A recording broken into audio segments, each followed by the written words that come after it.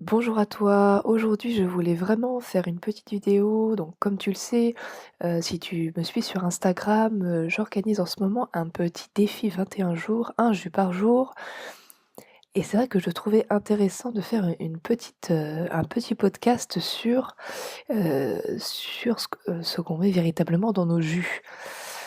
Donc tu vois, j'ai intitulé ce podcast, vous reprendrez bien un petit verre de jus betterave glyphosate, parce qu'effectivement, si on ne consomme pas lorsqu'on fait des jus, si on consomme des jus en mettant des légumes qui ne sont pas bio ou en tout cas qui ne sont pas, d'une production locale, qui n'utilisent pas de pesticides, de fongicides et d'insecticides et d'autres substances totalement, toxiques et inappropriées à l'alimentation, ça ne sert à rien. Ça ne sert à rien dans le sens où oui, on va peut-être avoir, la nutrition des légumes, encore faut-il savoir où ils ont poussé. Hem, mais en plus de cette nutrition, on va avoir une véritable concentration de pesticides dans nos jus. Parce que le jus, c'est véritablement, une concentration de minéraux, certes, ça c'est évident, de minéraux, de micronutriments, mais si les légumes ont été exposés, de manière plus ou moins, constante et avec des quantités, la plupart du temps totalement affolantes, de pesticides, fongicides, donc plus connus, des pesticides et le glyphosate, hein, on en a assez parlé dans l'actualité dernièrement. Et bien ces jus vont véritablement devenir des concentrés de poison pour notre corps avec un haut taux de toxicité, tel que notre corps n'est pas capable de le gérer. Parce qu'il faut savoir, c'est que notre corps, par exemple, à l'état normal, à l'état naturel, si par exemple nous consommions de petites quantités de mercure, de plomb, enfin vous savez les métaux lourds, de pesticides, le corps est capable, d'évacuer. Parce que le corps est fait pour se détoxiner, pour se détoxifier et le corps est fait pour évacuer ce genre de toxines. Mais comme comme on dit, hein, c'est la quantité qui fait le poison et ça c'est très important à avoir en tête. C'est que c'est pas un poison une fois de temps en temps qui va, vous nuire. C'est vraiment la quantité qui fait le poison. C'est vraiment les quantités de poison, la fréquence à laquelle vous consommez ces poisons, qui vont vous faire du mal à votre corps parce que le corps ne sera véritablement plus capable de gérer ce genre de choses. Donc voilà, je voulais vous faire ce petit podcast aujourd'hui pour vraiment insister sur le fait que même si c'est pas des légumes bio, parce qu'effectivement je sais, ça a un coût. Ça a un coût les légumes bio en magasin bio, quand on peut se le permettre, on y va, mais quand on ne peut pas se le permettre, on se dit: «Bon, bah, je peux pas faire de jus, tant pis». C'est dommage de penser comme ça. Donc effectivement, par exemple, acheter ces légumes, à Leclerc, à Carrefour, pour ne pas les citer, Heu, les légumes classiques, hein, qui sont pas mentionnés bio et même le bio des grandes surfaces, on sait très bien que parfois, effectivement, il n'y aura pas de traces de pesticides, de fongicides, tout ça, mais il va quand même y avoir des inconvénients, parce que en général, ce sont des légumes qui ont poussé sur une terre vide de nutrition, une terre qui pendant des années a été utilisée pour faire pousser des légumes en monoculture. Donc, c'est pour ceux qui ne connaissent pas le principe de la monoculture, c'est sur un grand terrain de faire pousser qu'un type de légumes. Par exemple, que du maïs, bon, c'est pas un légume, c'est une céréale, mais bon, que du maïs ou que des tomates ou que des patates. Et le fait en fait que sur un terrain de culture, on ne fasse pousser qu'un type de légumes, mais ça ruine littéralement la biodiversité du terrain. Et ça épuise le terrain. Ça épuise le terrain ne peut pas être nourri ne peut pas être nourri par la biodiversité des légumes qu'on pourrait y faire pousser dessus. Et ça, c'est un gros problème également. Donc, en plus des pesticides, donc effectivement, en achetant bio aux grandes surfaces, on n'a pas le problème des pesticides, mais on a le problème que ces légumes sont parfois très peu concentrés en minéraux, en micronutriments, en oligoéléments, ce que nous recherchons quand nous voulons, pardon, consommer des jus de légumes. Donc, il y a ces deux facteurs à prendre en compte. Il y a ces deux facteurs à prendre en compte. Et c'est vrai que plus vous vous dirigerez, vers des productions locales, vers des petits producteurs, vers les paniers bio, les AMAP, ou vers même carrément des petits producteurs, des petits paysans que vous connaissez personnellement, qui sont dans votre région. Car c'est très important aussi de consommer local. Parce il faut bien comprendre que le fait de consommer local, c'est-à-dire que vous vivez dans un environnement, par exemple, je ne sais pas, vous vivez en Alsace. Vous vivez en Alsace depuis des années, vous vivez en Alsace. Les légumes qui vont pousser, de manière spontanée, je dirais, enfin en tout cas qui vont être plus prompts à pousser, à bien pousser en Alsace, sont adaptés au climat de l'Alsace. Et vous, vous vivez dans ce climat alsacien. Et donc du coup, les légumes que vous allez manger vont totalement être adaptés à vos besoins de vie, de conditions de vie et environnementaux, de l'Alsace, de vous qui vivez en Alsace. Donc ça, si vous voulez, le fait de vivre local, effectivement, c'est aussi un enjeu écologique, ça évite l'empreinte carbone et tout ça. Ça, c'est tout à fait vrai, mais il y a également ce facteur à prendre en compte. C'est-à-dire que si vous consommez par exemple, tout le temps des fruits et légumes qui viennent d'une autre région de France, donc encore c'est pas très grave parce que dans l'ensemble de la France, on a quand même un climat assez équivalent, même si du nord au sud, ça peut varier énormément, ça c'est évident. Mais si vous consommez régulièrement des fruits et des légumes qui ne viennent pas de France, qui viennent d'un pays vraiment très, très éloigné, et bien, en fait, ces fruits et légumes qui ont poussé, ils ont poussé dans un environnement et c'est très important de remettre ça en contexte. Ils ont poussé dans un environnement particulier qui, normalement, est adapté aux habitants de cet environnement. Donc effectivement, si ponctuel forcément, vous allez consommer des noix de cajou, c'est pas un problème parce que c'est tellement d'apports nutritionnels derrière. Vous allez consommer de la noix de coco de Thaïlande, c'est pas un souci non plus également. Mais par exemple pour les fruits et légumes, des fruits et légumes que vous avez chez vous, heu et par exemple, je sais pas, des tomates, par exemple, qui vont pousser, bah, pas alors en ce moment, c'est pas trop la saison des tomates et pourtant, il y en a plein les magasins et donc c'est ça la vraie problématique, c'est est-ce que nous, à cette période-là, on doit manger des tomates? C'est ça la question qu'on doit se poser également. Donc prendre aussi des fruits et des légumes de saison qui poussent localement dans un champ, le mieux c'est dans un champ de 50 kilomètres, voire moins, un champ de 10 kilomètres, ça suffit. Vous prenez votre petit paysan local, votre AMAP de la ville d'à côté ou du village d'à côté, et vous vous fournissez en fruits et légumes de saison qui sont voilà avec un vous même s'ils ne sont pas certifiés bio, parce que le bio coûte très cher à se faire certifier bio, c'est très, très cher. Donc un petit producteur n'a pas les moyens de se faire certifier bio.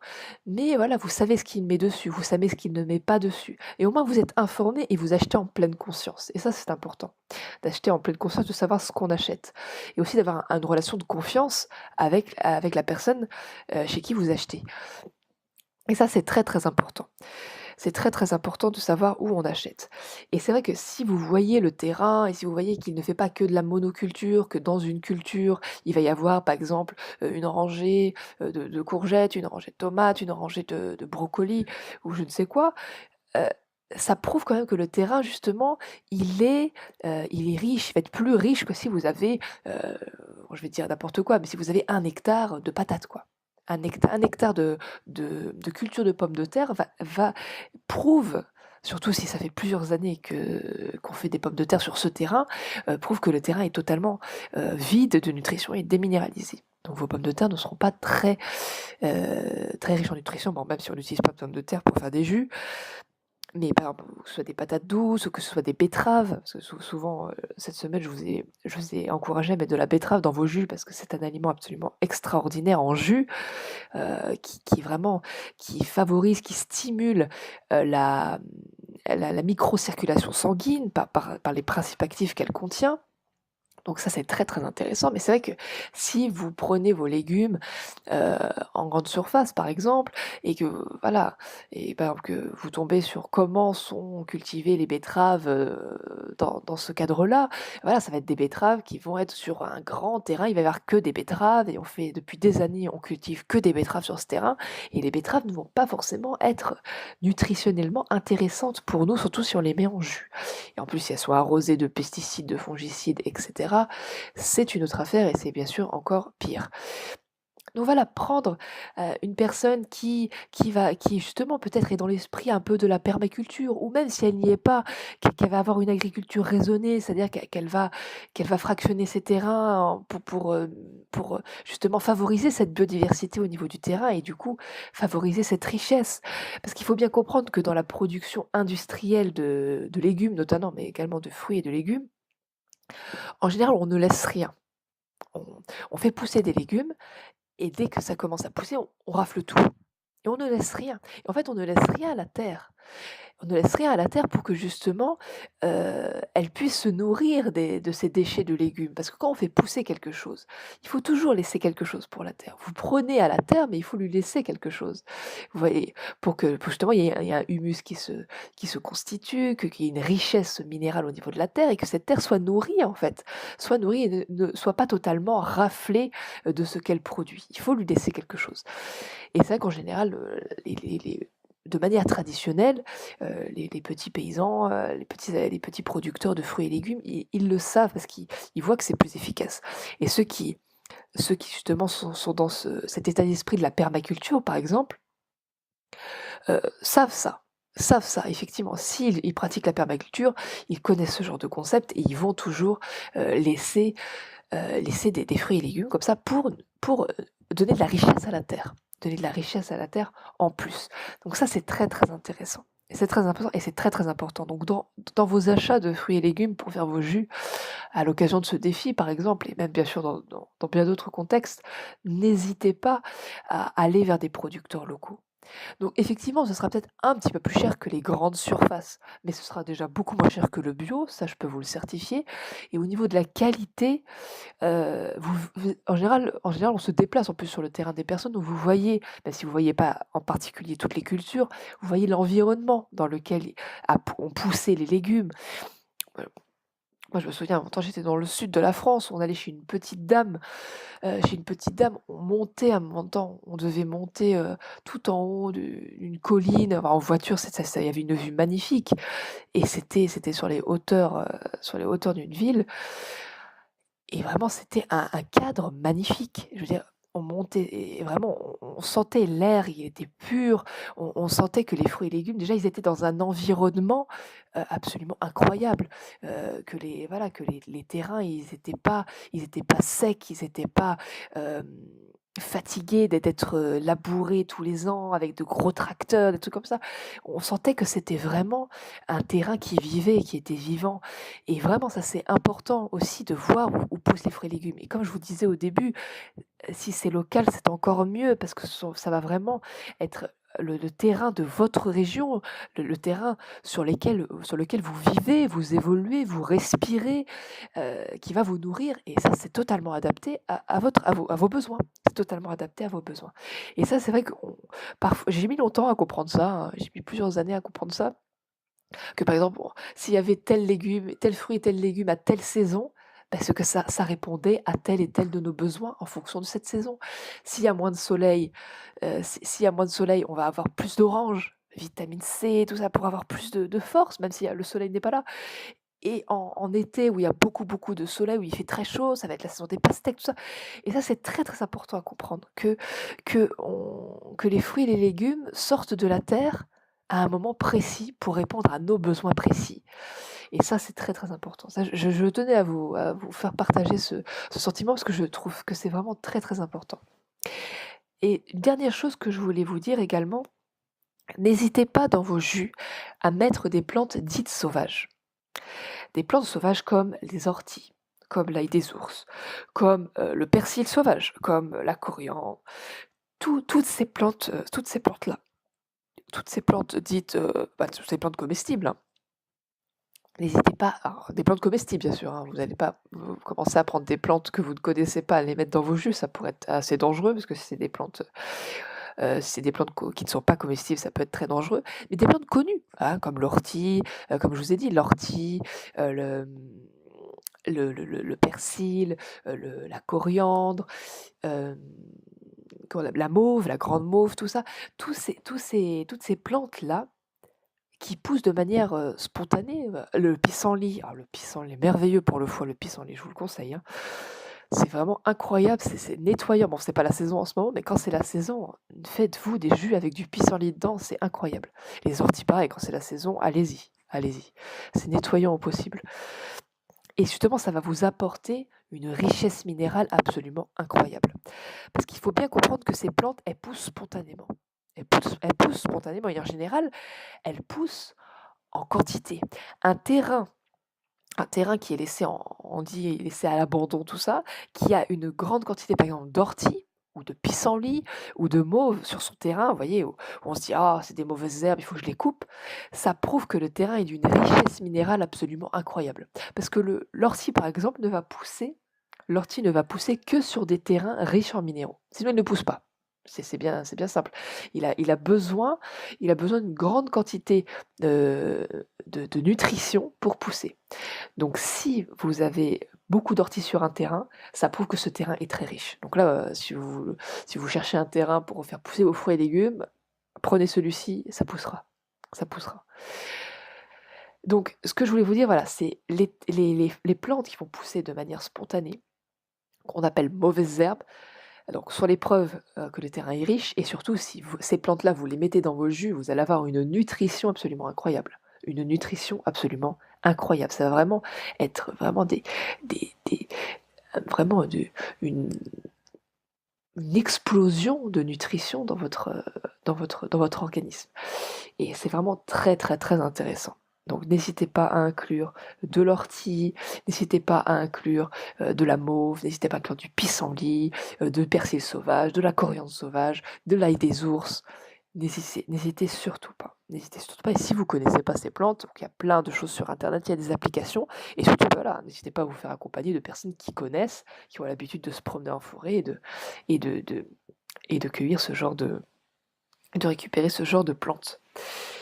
Voilà ce que je voulais vous dire par rapport à ça. Donc, surtout, voilà, privilégiez le producteur local du coin. Privilégiez le bio, forcément, si vous avez les moyens. Mais si vous n'avez pas les moyens, surtout, voilà, ne vous faites pas de fruits et légumes où vous avez vraiment des gros doutes sur les pesticides, les fongicides, le glyphosate, tout ça. Donc effectivement, vous pouvez les faire tremper toute une nuit, vos légumes, avant de les utiliser en jus.